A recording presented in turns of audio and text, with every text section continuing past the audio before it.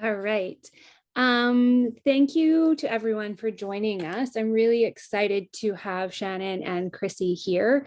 Before we get started, I just want to acknowledge that I am currently living, working, playing, learning on the unceded and ancestral territories of the Musqueam, Squamish, and Tsleil-Waututh Coast Salish people, and I am so grateful to be on this land. I'm going to disappear. I'm going to turn it over to Chrissy and Shannon. Great. Thanks, Amy. I am just going to do a really quick, can you see my screen, Shannon? Yep. Perfect. So thanks, Amy. You do an amazing job year after year in the summer when you could be relaxing and just taking it easy to put this on. So really happy that I could be here along with Shannon and just support you elevating and highlighting women's voices, especially in sports. So I just want to really acknowledge you. As well as a land acknowledgement for Shannon and myself. You can read the screen there of Coquitlam, in Port Coquitlam, and I'm in Richmond on the Coast Salish and Musqueam lands. And I did a little research about our shared language as we're on the river together. So we're upper and lower river language dialects of the Halkaminam and the Hunkaminam language group. So I just wanted to put a couple words in there. And so Shannon and I'm going to try it. It's a swayel, so good a mate. To speak your other language, Australian, but wanted to learn a few words as well. And I was just thinking, we last saw each other in Calgary and we were on Treaty 7 lands at the Chief Starlight Sports Complex.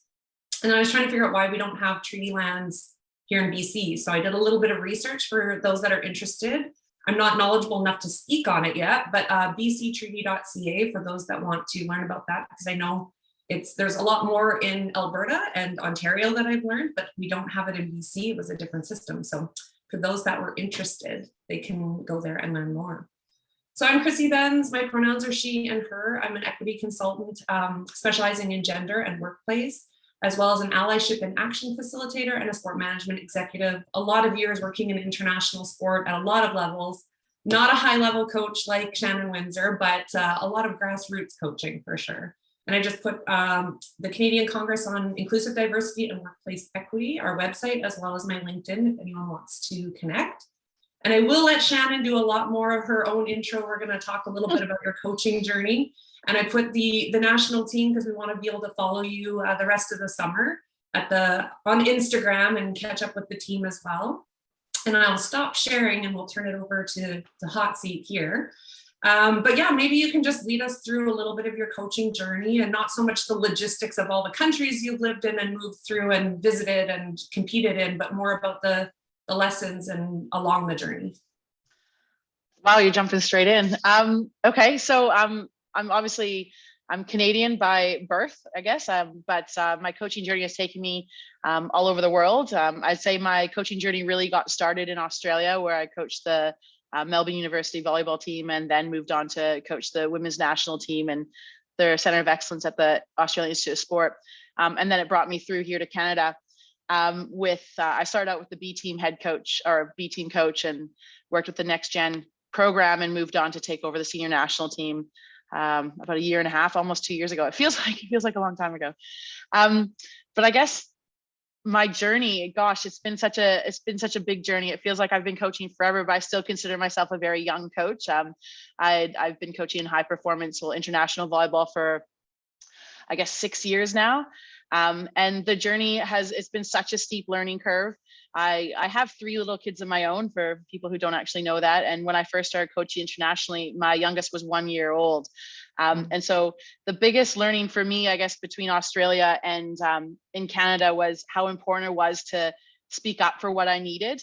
And I'm in Canada now. Obviously, I have a few years under my belt, and I'm not so shy about really asking for the things that I need to be able to balance high performance sport, high performance coaching with my family life. And I had to kind of get that wrong first in Australia. I think I sacrificed too much in Australia, and I didn't really ask for the things I needed. So that's the biggest learning I've had over the last 6-7 years, has just been, I'm not the same as everybody else. And, I'm the only woman who coaches, head coaches at Volleyball Nations League, and we're about to go World Championships. I'm the only female head coach, and I am different. And I think for so long in my coaching journey, I wanted to be seen as the same, and I wanted to be the same as my peers. And well, then I just wasn't really asking for the things I needed. So that's probably been the sharpest learning curve for me over the last 6 years.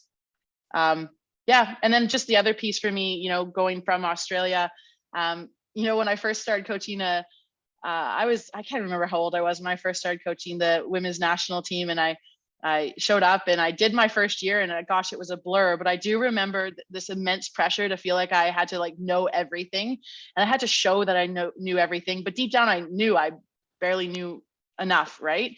And I was still learning. I was still at the very start of my coaching journey. And I put so much pressure on myself. And in that year, I think my biggest lesson was just, you know, it's okay to not know everything. And when I started to admit that and really just, you know, I'm here to learn, and I'm learning on the job. And whether you think I don't know enough or I'm not where I need to be having this job, that's really not to you. But the second I kind of came clean with, you know, I don't know everything and that's okay, I could really kind of find that freedom in coaching, and I really started to enjoy coaching. So those are my two biggest lessons so far. Yeah, and can you talk a little bit about going from being more the athlete into coaching? Like why make that transition? How did you get started? Yeah, it's funny, when I was playing, one of my coaches said, "Oh, you'll coach," or he said, "Oh, you'll coach," and I'm like, "Oh yeah, okay." I'd always done a little bit of coaching, and I always thought I'd be like that part-time coach who has a regular job and coaches kids sports or coaches, you know, young athletes coming through. I never thought of it as a career. As I started to finish up playing, I knew I didn't want to leave sport behind. I loved being part of a team. I loved being, you know, amongst like-minded people. I love that thrill of game day, the thrill of playing. And I was initially just looking for something that would replace that feeling. Mm-hmm. And that would just substitute it that I had as a player that I could find as a coach. And that's really why I started coaching. Then once I got into it, I realized, wow, like my eyes were just, you know, wide open to this huge challenge that became high performance coaching. And I realized how much I had no idea about coaching, and I had no idea about high performance, and I wanted to know more, and I was never going to know enough. And I still never feel like I know enough. And I think that's what keeps me there is this huge challenge. It's like, I look at, you know, it's like looking at the peak of a mountain. Like I want to get to that peak, and secretly deep down, you know, you're probably never going to reach that peak, because I don't think we've ever arrived. But it's that challenge of trying to be better like next year than I was last year, and being better at the same competition we coached in last year. And that's that kept me. And that was, you know, that was a big piece for me. And, you know, I love being told we can't do something, and I love just finding a way to do it. And so that's why I do coaching. That's why I coach. I mean, of course, people, I always say I love people. So that's it too. Yeah. But yeah. It's interesting because in the talk just before, Amelia and Amy were talking about, you know, women wanting to get involved, and they're kind of on the sidelines, but not ready to kind of step in. And I was the same. I went from playing basketball, and then just like, I want to keep in it somehow, and doing a lot of coaching. But then I found my gift, or maybe the problems I wanted to solve were really on the administration. Like I would see things not run properly, and I was like, come on, like this isn't rocket science. And so I really got behind the scenes more than the coaching, and really into, because I think that for me is where I felt like I could actually contribute. So just building on what we heard in the last session about, you know, just get in there, get involved, and then you'll find out where you can make that contribution and what you love about it. And, you know, maybe you weren't planning to be a head coach all these years later, traveling around the world. But, you know, I think once you get in there and you just start in there, you kind of figure it out. Yeah. I was just gonna say, I realized when I played, like I had physical limitations. I'm like a 5'11" outside hitter who doesn't jump very well. So I was never gonna make it to the pinnacle of our sport. I had physical limitations, and coaching, I developed a passion for. And once I got in, I realized, wow, this is really cool. And it's way, way more complex than, I have a lot of trouble explaining to people who don't coach, like to explain like what I do or how I do it. Like, I don't think I have great words to explain what we do, but it's like kind of like a puzzle, and I'm every day trying to figure out a puzzle, and that's exciting. It's hard, but it's super exciting. And I mean, I jumped in because I had people who kind of backed me, and I never really thought about it. But when I had my second baby, and there was the team manager for the Australian national team who said, we have like state league team or state teams that play in the national league. It's a little bit different. It's the national league in Australia. It's the highest level there. And he goes, "Oh, I've started a rumor you're going to take over this team." And the team used to be really successful. I used to play for it. And it became like last in the league. And he's like, "I've started the rumor you're taking it over." And I'm like, "Oh, haha." But he's like, "No, you're taking it over." And he was in my ear every every week. And eventually I took it over, and I found some early success with that team. But then it came time for, well, the national team coach is stepping down. And I'm like, well, I'm just going to apply because I want them to know I'm out there. He's like, put your hat in the ring. You need to get your name out there. I'm like, oh, well, I don't think I'm ready. And I always had someone just, it was really just one person, not always the same person, but each time I applied for a job, it was one person going, you need to apply. And I never really thought I always thought, well, I'm just applying because, people need to know my name. They need to know what I'm doing. I never thought I was ever qualified for a job. I never thought I was, the right person for a job. And that's been the biggest shift for me over the last 6 years. Like, am I the best coach in the world? No, like I'm not, but I am the right coach for this team. I am the right coach for this program. And I know that I can do a great job with this program. And I think that's what it comes down to, is just backing yourself. And I had to start off with people backing me first. And I really needed people in my corner to start. Yeah. Can you talk a little bit, speaking of people in your corner, I feel like I may have contacted you about a job opportunity in Canada and asked a simple question like, hey, would you be interested in coming back to Canada? And I really thought your answer was going to be no. So yeah, maybe talk about that super fast timeline. You had the confidence to know you had something to contribute. Yeah, I think that was a really fast timeline. I think it happened at a time when I had 2 years left on my contract in Australia. And there were some issues going on in Australia with like funding, and really our goal for any, I think, Olympic sport is to reach the pinnacle of our sport and qualify for Olympics. And we were number 30 in the world, and there was some funding issues you could see coming down the pipeline with Australia. So I started to look elsewhere, and that's when the job came up with Canada, and you'd sort of said, hey, you should apply. And I'm like, no way, like there's no way. We're number 30 in the world. I've been coaching international volleyball for like 4 years. Like there's no way they'd consider me.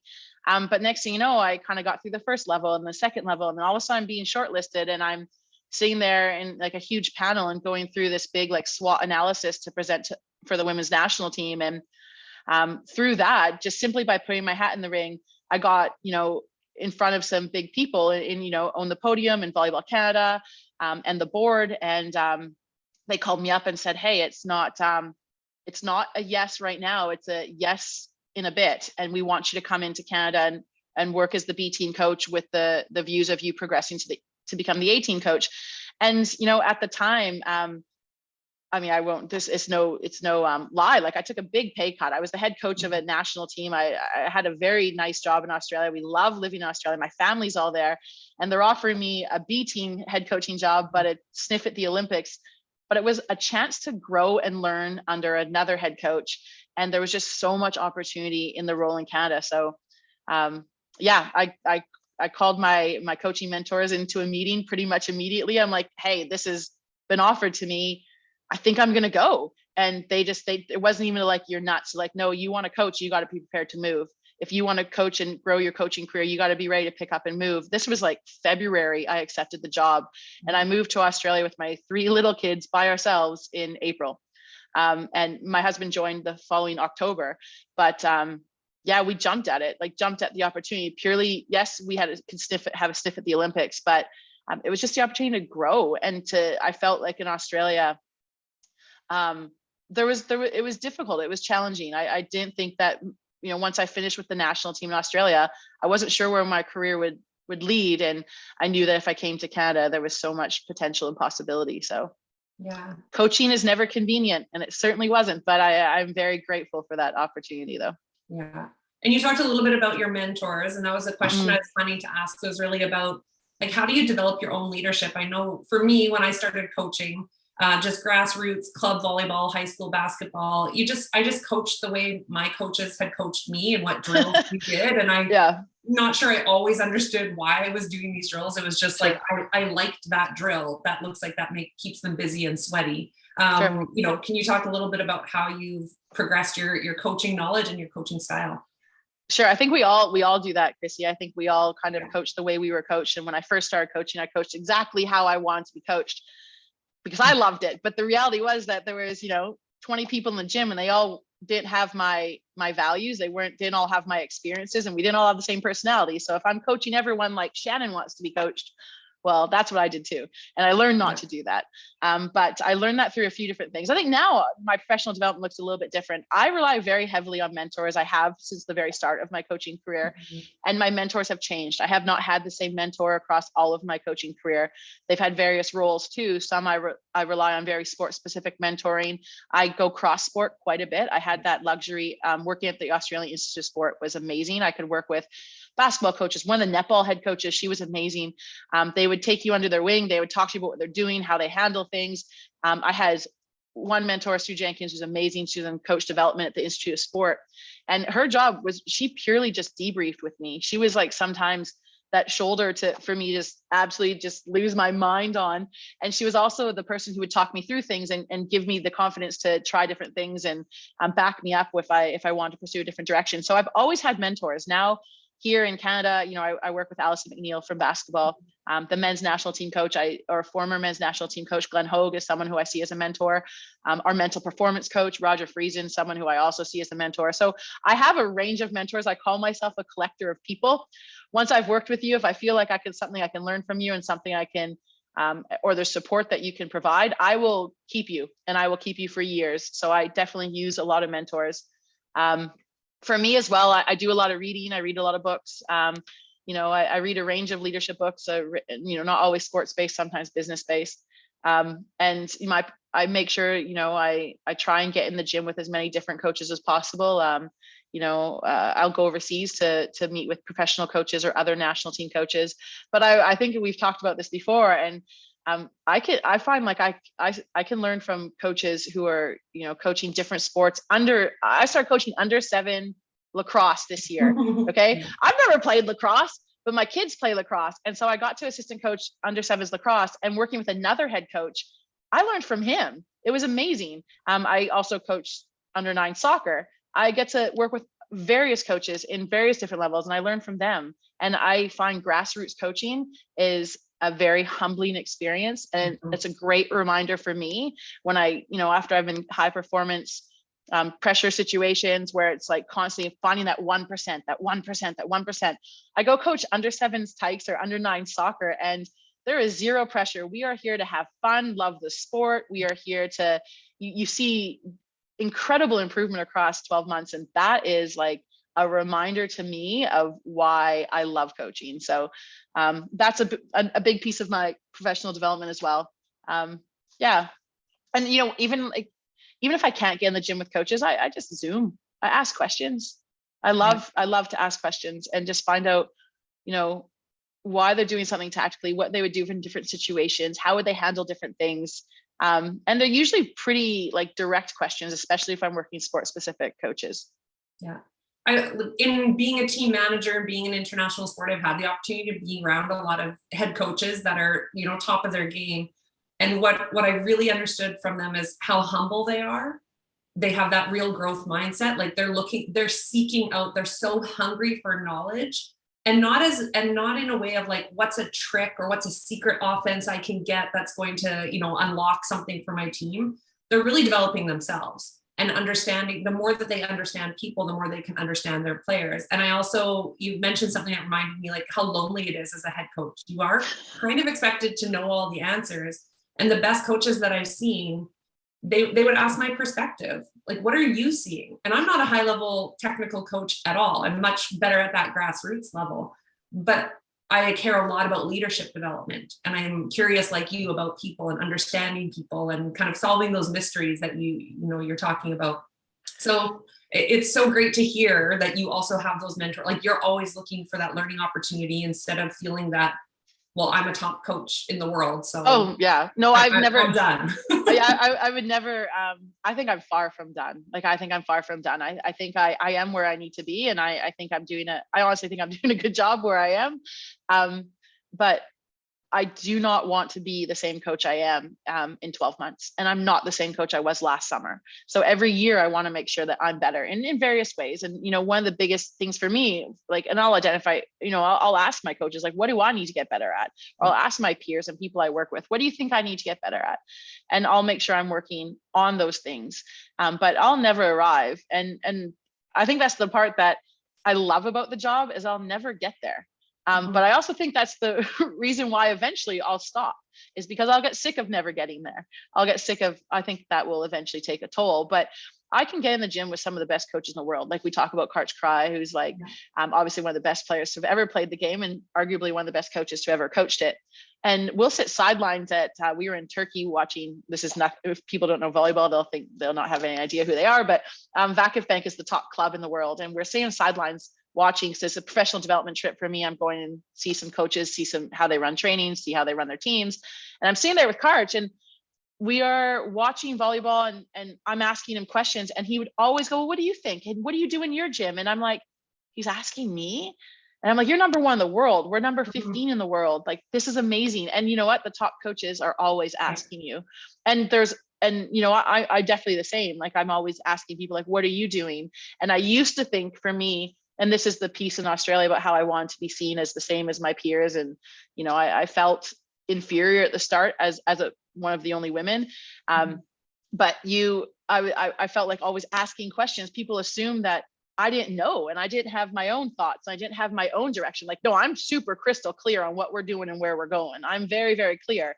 Don't mistake my questions for me not knowing. But originally I was afraid to ask questions because I didn't want people to think I didn't have any answers, It's interesting. I had the chance to interview Karch, who is the greatest of all time for male volleyball athlete of the century. So for people who don't know who he is, 2-time Olympic gold medalist indoor athlete, first gold medal for men's beach volleyball, and then just won gold at the Olympics as well as the coach of USA Women's.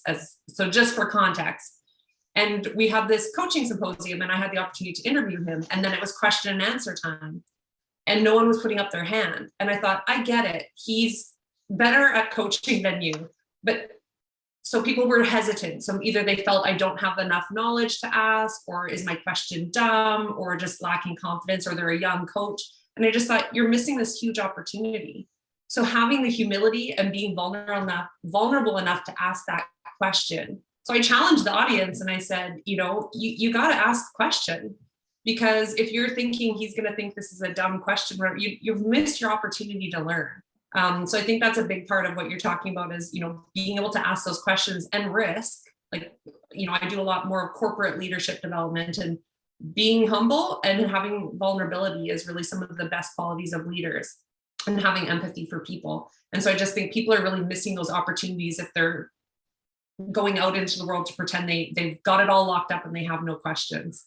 So I really respect that about you. And I know when we talk vulnerability, it's always at a risk of people thinking, does she really not know that? Or calling into question your level of knowledge because you're asking the questions. Yeah, it's funny because I think I do think gender plays a role in that as well. Like, I do think it's no coincidence that, for me as a female coach, like, I get questioned a lot. Like, I would say sometimes it's a little bit too much. Like, I think that I get questioned a lot. And I always find, like, as whether I'm right or wrong, I think women really have to prove we can coach, and men, we just assume they can coach. But for me, I grew up with that bias myself, and so I'm all of a sudden now in a public setting and I'm asking these questions. People see me asking questions. I just made the assumption that people would think that I don't know or I don't have my own opinions, and I do. But you'd be surprised how many times that questions aren't returned to you with, like, hey, what do you think? It's like, no, stop questioning me. But anyways, I go on another tangent there. But yeah, and I do think the vulnerability piece and the is a big part of leadership. I think that I really tried to hide that in my first year, and that was probably the hardest year for me to coach. I think vulnerability is really big on with our players as well as with our staff. Like, I surround myself with people. I think this is another piece of, working in high performance is you have to surround yourself with people that you are comfortable with and that you are safe with. And I make sure, like, with our staff, these are people that I'm totally feel comfortable with, that I can be vulnerable with. I can be me. I can go, you know what, I have no idea. And they sometimes have to pick me up and just be like, you got this. And, that is so valuable.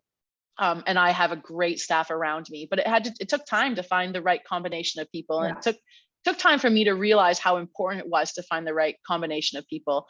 And everyone we're working with players, I'm expecting them to be accountable and them to own up for the things that they can do better and for the things that the changes they want to make. Well, I've got to lead by example. And, you know, we can go post game, and we had one of our rough games in one of our last competitions. And I gave them some homework to, you know, go through a bit of a debrief and, you know, on their own about the things that, you know, worked well, they could have done better. And I started that meeting. I started off with, I didn't coach a good game. Like, I got really caught up in the outcome, and I was so caught up in the outcome that I wasn't giving enough feedback in the game. I didn't give you guys enough information, and I felt like I let you down in those moments.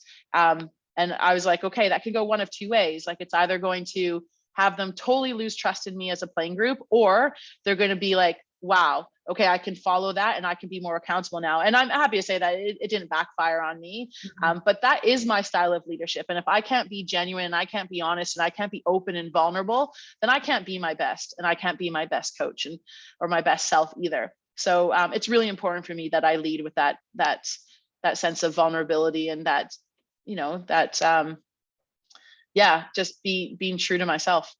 Yeah, I think your authenticity really shines through, and the people that I know you really respect you for it, because they know what they're going to get. You know, you say what you mean, and you mean what you say. And I think that's that level of clarity, which we can talk about a little bit later. But I think that it really shines through the way that you coach and the way that you're respected. But I wanted to ask you a little bit more. You mentioned some of the coaches that you're working with and selecting your staff. So, probably more women coaches than I've seen in previous national team squads. Yeah, through your programs with Next through our Gen. program, yeah. With our senior team, we don't have. I'm the only one, but we definitely have more women coming up through our Next Gen coach. She's amazing. She's a young woman coming out of Alberta. She's with me full time, and she's amazing. And we've got the sitting head coach, Nicole Ban, who we actually use as a team lead, but she's the head coach of the sitting volleyball team. She's fantastic, and our leading our under 19s team is also a woman. So yeah, more women coming up, and it's awesome. Yeah, I love that you brought Nicole, as you know, you're really looking at ways to develop these coaches, and it doesn't always have to be the traditional, you know, first chair, second chair on the bench. That, you know, getting to experience how many weeks you're on the road traveling around, like that is all part of the learning. I remember the men's team years ago figuring out how many days they need to arrive in advance, you know, figuring out just how to travel properly. Right. Sure. And you need that money to get there. So all of that is part of that really top that you can't know until you're on the road. Yeah. And we've been away for about 2 months. We only just got back. Part of it, like, I've always wanted as a coach, I always want to hear other coaches' timeouts. And I just want to hear like what they're saying, like in like their secret conversations, like what are coaches talking about? What are they actually dissecting? And so we've brought in like Nicole, who's an up and coming coach. Well, and she's honestly, they're like one of the top sitting teams in the world. Like, let's be real. She's been to the Paralympics. Like she's got a lot to offer. I haven't brought someone who has nothing to offer. I have someone who we can benefit from as well. But she's come in, her job, yes, she's the team lead and she's phenomenal at it, but she's leaning over the stands and listening to our timeout. She's in our team meetings, she's in our scout meetings. And that is, I think, really valuable to coaches coming through.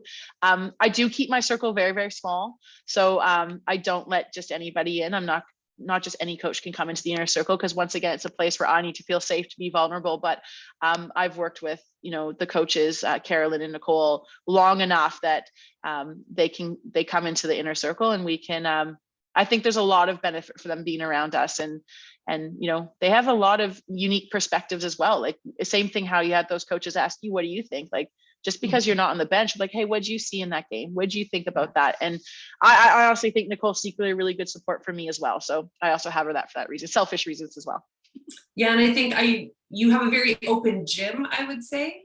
Yeah, gym's always open. It's a learning environment, but I think you do a really great job of making sure that the athletes are hearing the same voices. That for sure. It's not too many cooks in the kitchen. I think that you do a really great job of managing the communications. So do you want to talk a little bit about the team expectations and staff management? I know I got to see your presentation, so maybe you can give us the high level. Yeah, I think it's just really important. I mean, I think that we need to, if we all want to start on the same page, if we all want to go to the same place, we all got to kind of start on the same page. So we start off with really clear, like I'm big on team manuals. We set up really clear common language. We set up our expectations. So we always say, okay, whenever we're teaching the technical side or the system side, we have really clear language on, you know, what means what. essentially, it's that coaches know exactly what language to be using. We use the same language across our scouting protocols, or same language in our scouting meetings and in our timeouts. But the other piece we use it for is really saying out how we'll work. So like our team standards, like things like being on time, how do they manage their bodies? What's the expectation around nutrition? What's the expectation around equipment or team room, like the basics, right? And then I'm not a fan of rules. Like I'm not a fan of lots of rules, because I think we work with professional athletes, and well, I have professional expectations. If you don't want to, come in, work hard and do a good job, well, you're probably not going to have a very long career. So my job's not to deal with that side of it. I have basically we have essentially 4 key team values, and everything is around that. And we outline those really early on. And I always have this conversation with our mental performance coach, because there's a lot of different opinions on how you set your team values. Is it something that we workshop and we come up with what the team values are? But I find when you're trying to build a program, our direction was really just to go, okay, at the top of this program right now, leading this program is myself. So it has to be closely aligned with my values.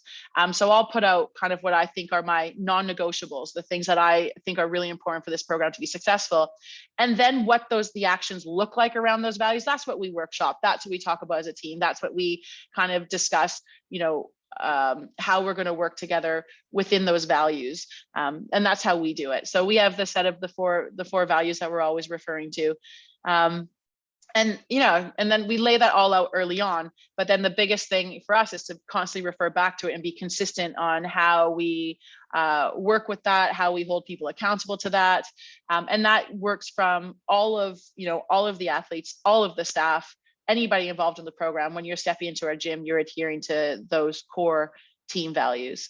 And then with staff, I don't think I have it actually in writing, but I always sit them down with like the 3 things I always say to staff. I'm like, I'll be really clear. I'm relationships-based coach. So I expect every single one of us to prioritize relationships with athletes. Yes, but relationships with each other. Okay. Like that's number 1 priority when we're working with each other. It has to be someone who values relationships. Otherwise, I'm probably not working with them.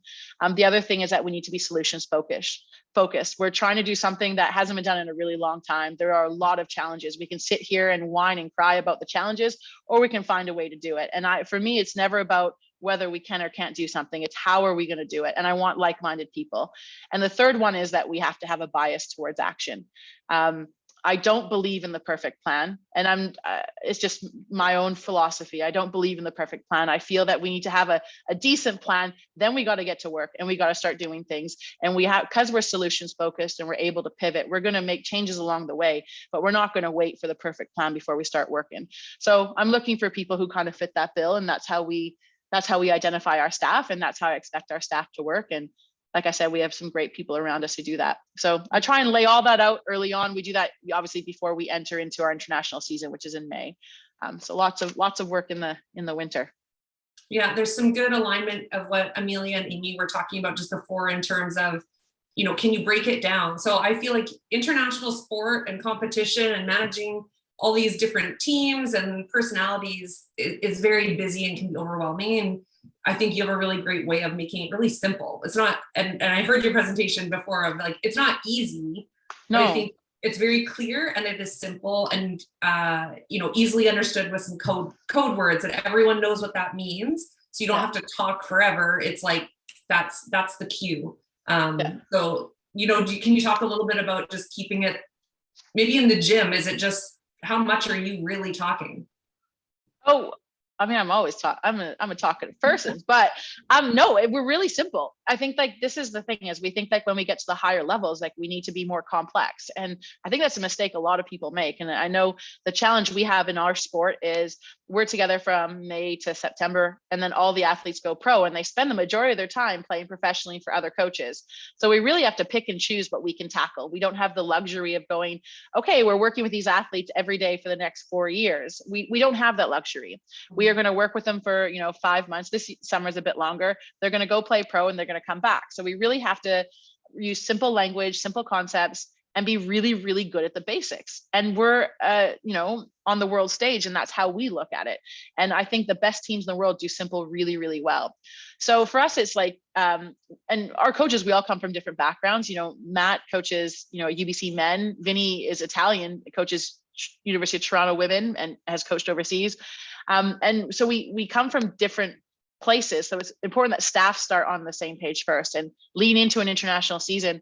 Our coaches, we're meeting regularly, leading into the international season, doing projects on different priority areas and doing bits of gap analysis. But already there, we're making sure we're developing a common language, and we're using a common language. And so when we get into the gym, we start off really, really simple. Our keys are quite simple. The language is already laid out there, and we just do check-ins throughout it. Like if a coach is doing something or saying something that's maybe not in line with it, well, hey, make sure we say this instead, or use this, or I would say this here. And it takes about two weeks to get on the same page. But because we do so much in the lead-in, we started this. I honestly think we did a really good job of lead-in this year. We started like day one. We were on the same page within like 48 hours of being on the ground together, because we had done so much lead-in time over Zoom, working through team stuff. So yeah, I do believe in very simple. And the thing is, simple is not easy in any way. Yeah. In any way. But the best teams are very, very good at simple. Yeah, I think taking that complicated, complex system and simplifying it is the magic for sure. When you talk about bias towards action, so maybe you're not feeling fully 100% prepared, but you're going to move forward. How do you manage, making those mistakes? And a lot of women and a lot of volleyball players have very high levels of perfectionism and wanting to be in control of things, and they don't like making mistakes or don't like feeling unprepared. How do you manage that?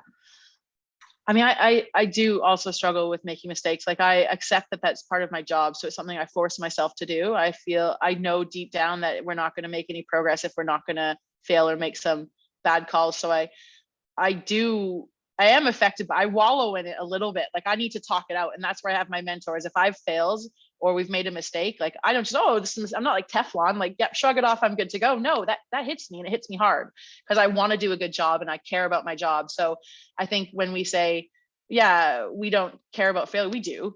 Failure hurts me. Like, but I have mentors for that reason. I debrief. It gives me time to process it. They allow me time to reflect, and they give me perspective, and then I can move on. I also give myself time limits. I'm like, okay, the more time you're wasting wallowing on this failure, the more time you're taking away from your actual task at hand. And our mental performance coach, he kind of has this great analogy about, your brain. Well, he says, obviously science is proven we can't focus on two things at once. We can only focus on one thing at a time. So you get to choose what you focus on. And I'm like, it's that simple? Like, I thought you'd give me some like exercise. It's like, Shannon, It is that simple. You focus on task. You choose task over distraction. I'm like, okay. And so it's that kind of that reminder that, as long as I'm not focused on tasks, I'm not doing my job. So I don't, failure hurts, but it's the part of the job. And if I really want to progress this program and this team where we want to go, like, I have to accept failure.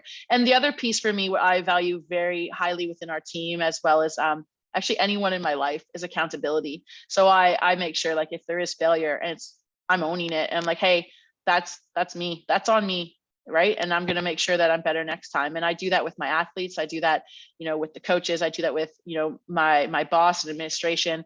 If I have made a mistake or I have failed, I'm owning that. And I find that helps me a little bit with the failure, because I think when we don't own it and we don't, sit with the failure a little bit, or we blame, because it's natural, it's human nature to blame others, right? It's human nature to go, wow, this has happened. I'm going to blame others. I'm going to be quiet. I'm going to just really wallow. That's human nature.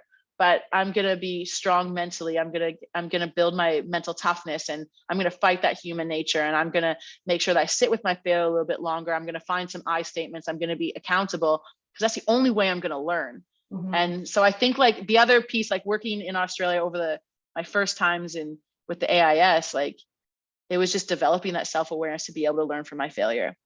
I definitely was the coach who would fail and just like, oh, well, that's everybody else's fault.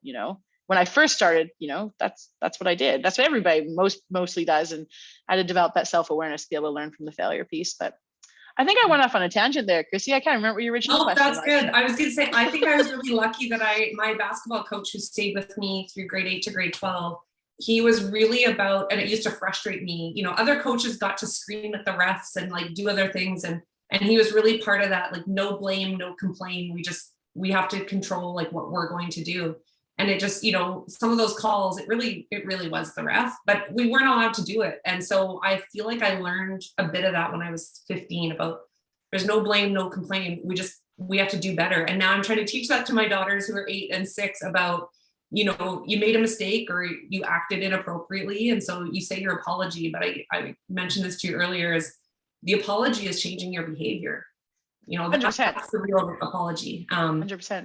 And we do have to actually do this with adults. So I see it in corporate leadership of, if it's always someone else's fault, where's the lesson for you? Where's your growth in that if it's someone else's fault? And so I'm trying to teach this to my girls, and it's going to be a hard-earned lesson, and probably one that we all have to keep learning over and over.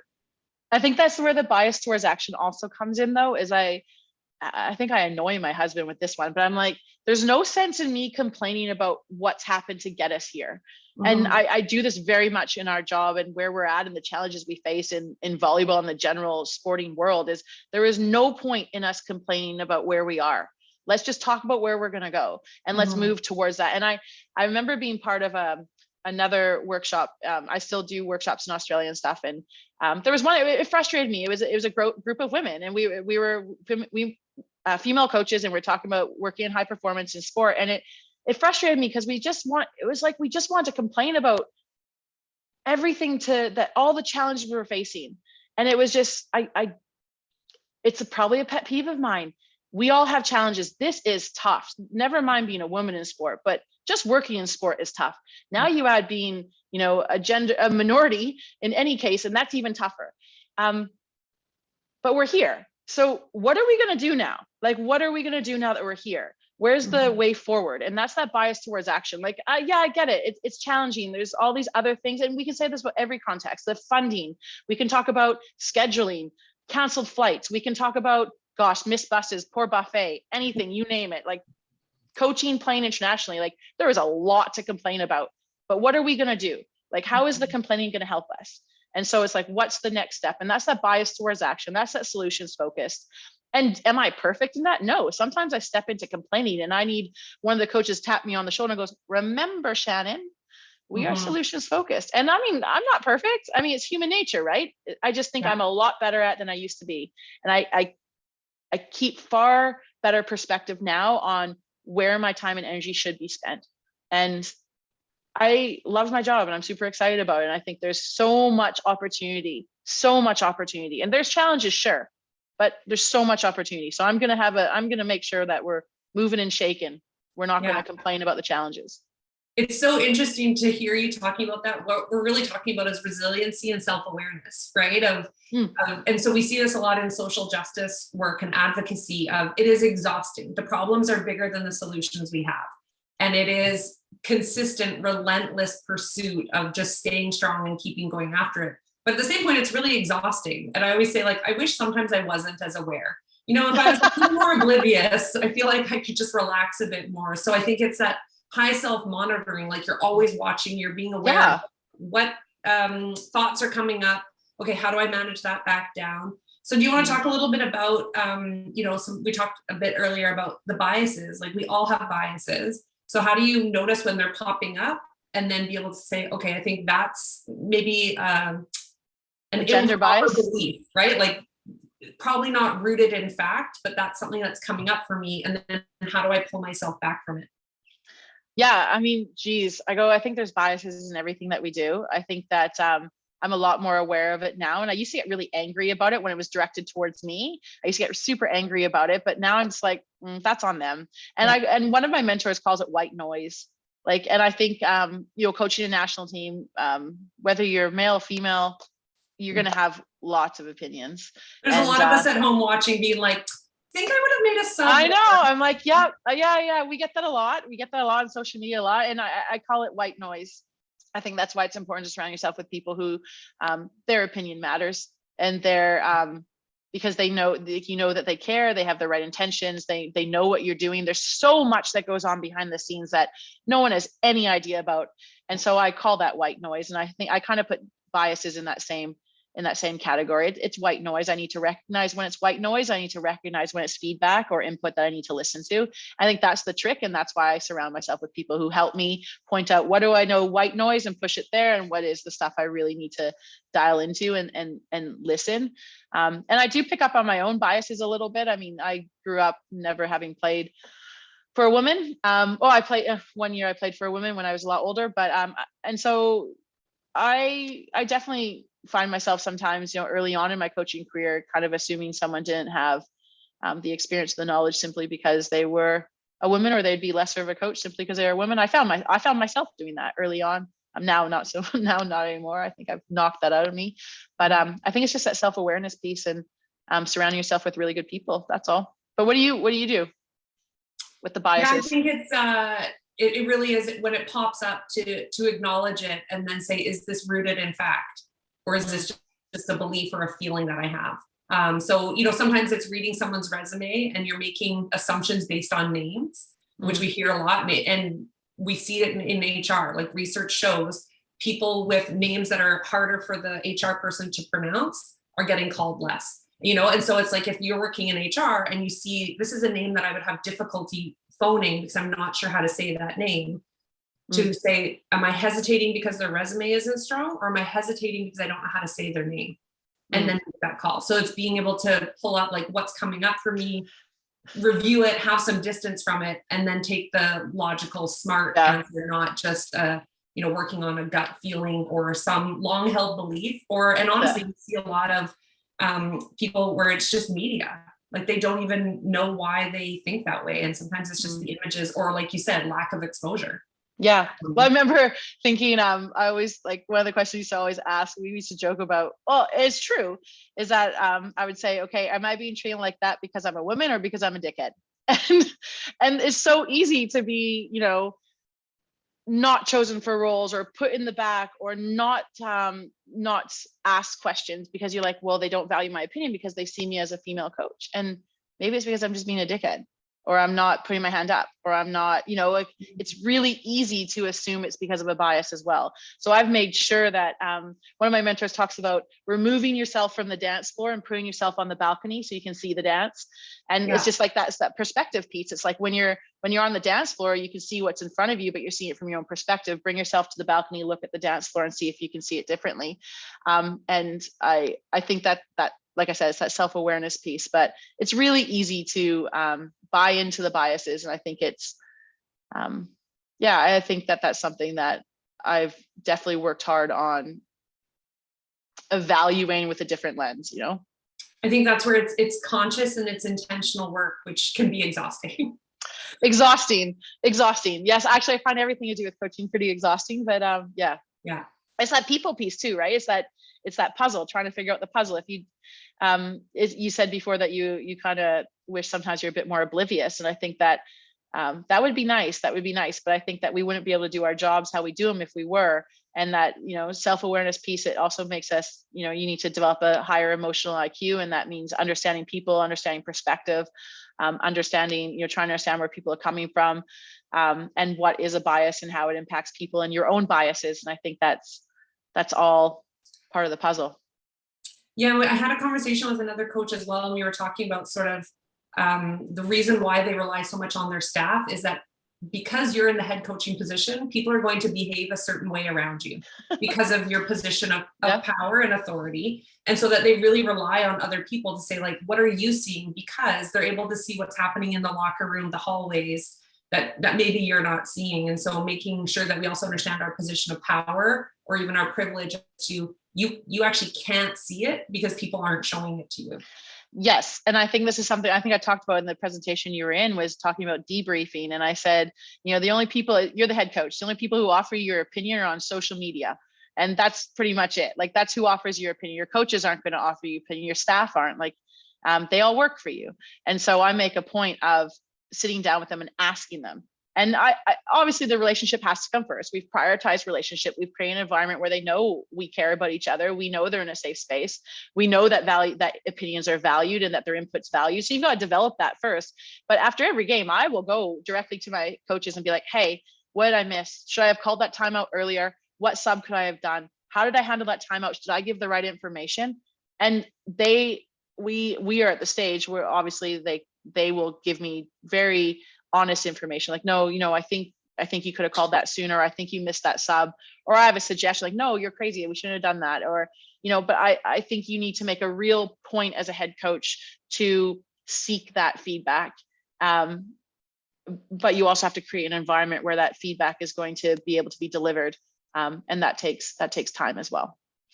And this is what we talk about in corporate world. Like everything you're talking about as a head coach, I keep translating it back to if you're a supervisory manager and you have people working under you, and making sure that you're cultivating like a place of trust for people, and people where people are safe or brave enough to be able to come and say, I think you made a mistake here, and here's why. I'd be able to have those conversations, because that's the only way any of us are going to learn and get better. We need those different perspectives to always come forward.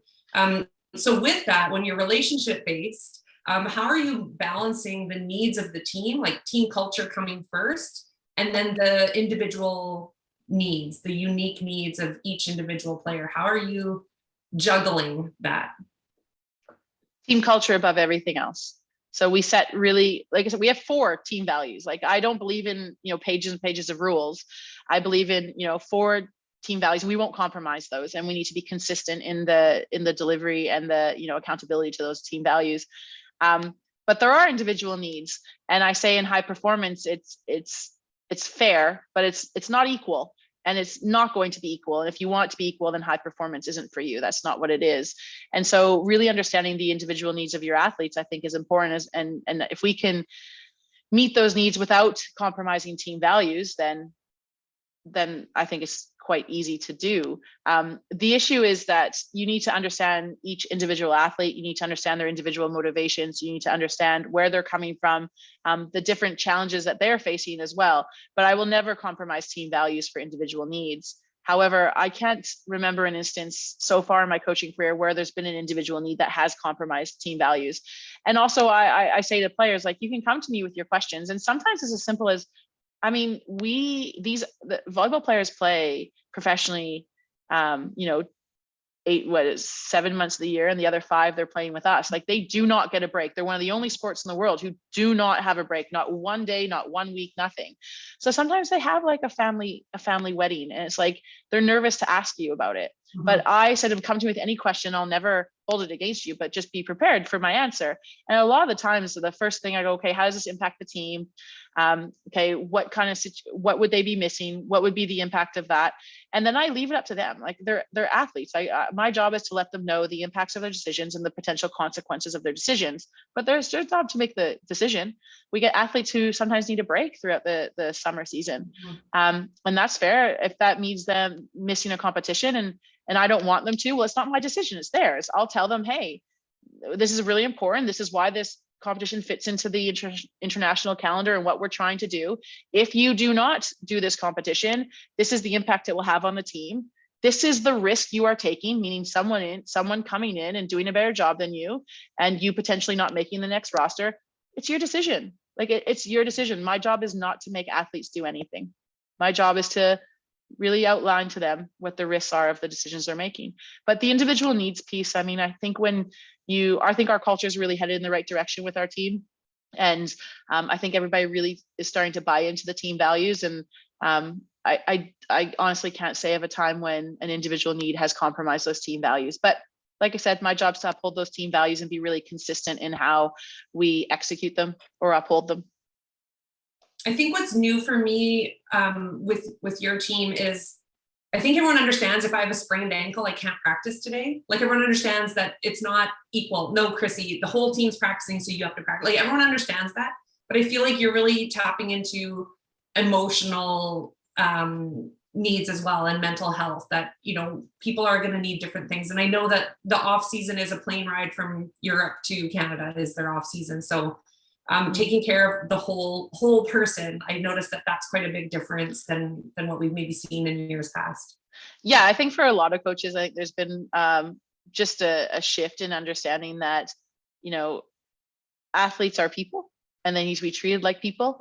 And I care about the athletes. I need to show I care about the athletes, and my actions need to back that up.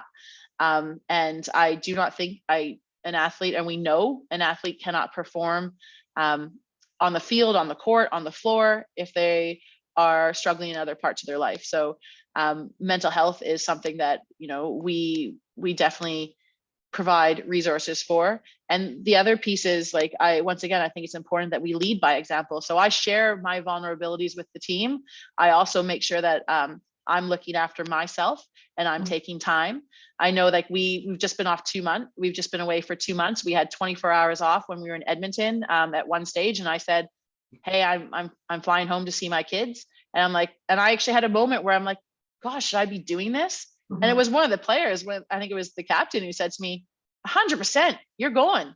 Like, you're going to see your kids. Like, that's just it. And it's like her holding me accountable to what we value. And so, yeah, I think that it's just, once again, we're human. And if you show you're human and you treat others as humans, like, you'd be amazed what you can achieve. So it's funny. It never seemed complex to me. It never seemed like I didn't really understand what other people weren't getting around that. It was natural. Yeah, well, it's a different mindset of the grind, you know, no pain, no gain, that a lot of us were sort of trained under. Of, you know, if you're not throwing dirt on it and just keep running on a broken ankle, you know, then you're not tough and you don't deserve to be in sport. What's been the real COVID's been the challenging one. That's been challenging these last 2 years, because there's times when, you know, someone will have a symptom and they have to be isolated, and it's like, man, we would have played with that 2 years ago. And that's been challenging. And just really, that's why we have protocol in place, because it's really easy in the heat of the moment to just go, you can play. And it's really easy. And so that's why we have that protocol. But yeah, I do think there's still, like, our jobs though as coaches still continue. There's still some athletes that still need to be pushed and still need to be reminded. But I feel like that's happening less and less. But I have the luxury of working in high performance. So we have athletes who are highly successful athletes who have long-time professional careers. They didn't get there by, you know, taking a break. They didn't get there by taking it easy. Like, they've already proven that they have an exceptional work ethic, and they have this high level of effort and this fantastic internal drive. Like, so I do have the luxury of working with those types of athletes. But yeah. I think it's clear from our conversation. I think we're almost out of time. And Amy, you're going to have to replay this at like half speed because we both talk so fast. But I was, you know, you're very clearly driven. You're very curious about things. You love to solve problems and figure things out. I think, like, you have an extremely analytical mind. So then how do you measure success for yourself? I know you talked about that Olympics is out there for you. What else? How else are you determining how well you're doing? It's funny because we talk about how, you know, we have to, you know, dive into the process and we can't be outcomes focused. So coaches aren't supposed to say that we're here to win, but I think qualifying for the Olympics is a catalyst. Like, it's no joke. That's why I've moved my family. We're going to qualify for 2024 and then 2028, and that's the catalyst. But the driver is, I mean, it's this, like I said, it's that problem solving. It's that building. If we can leave this program in a better place than when I started, like, that's success. And, you know, when I can have an athlete, you know, realize their full potential, that's success. I want to be able to say that Canada has bought into this program. I want to say that Canada has gotten behind this program, and that we have aligned all the programs for sustained success. Whether in the end that's me who helps qualify a team for the Olympics or someone else, I mean, I don't consider that failure. As long as I've left this program and this sport in a better place when I've left, that's success, I think. And, you know, and I think, like, the icing on the cake is, like, the relationships with the athletes. Like, we're at VNL in Calgary and seeing some of the old players who retired, and, you know, they're just so excited to see you and connect. And I got that means a lot. I think it means a lot when you know that you've built really good relationships with the people around you.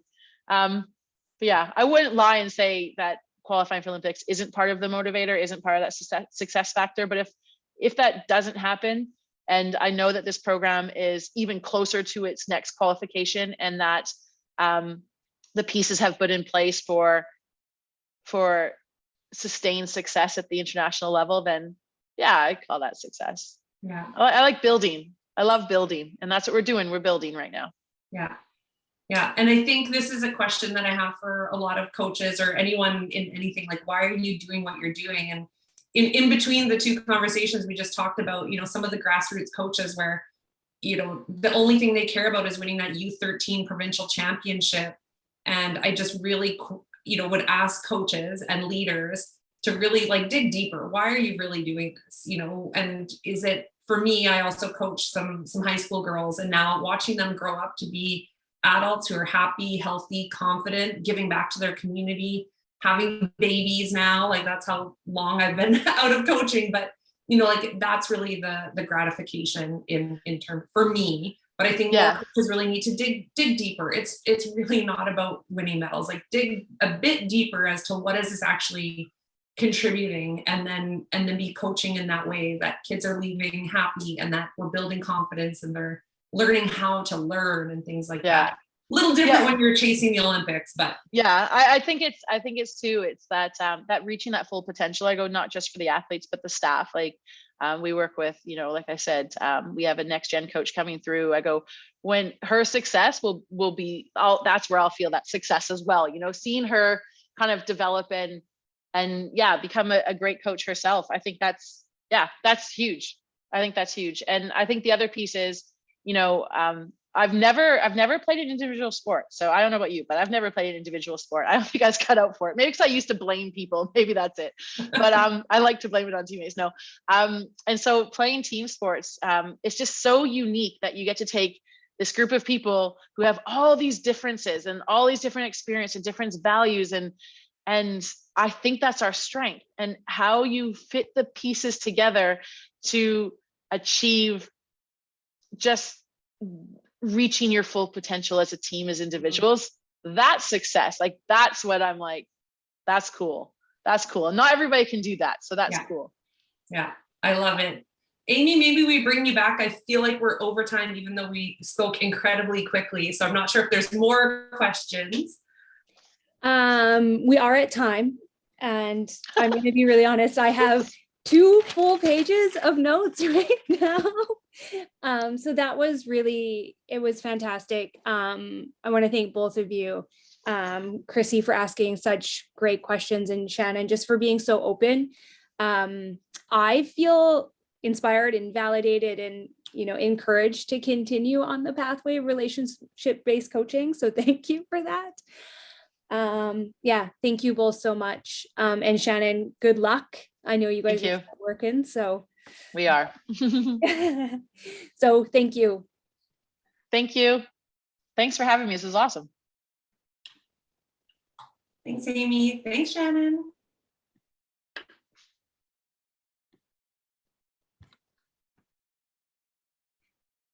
How do I get out? I don't.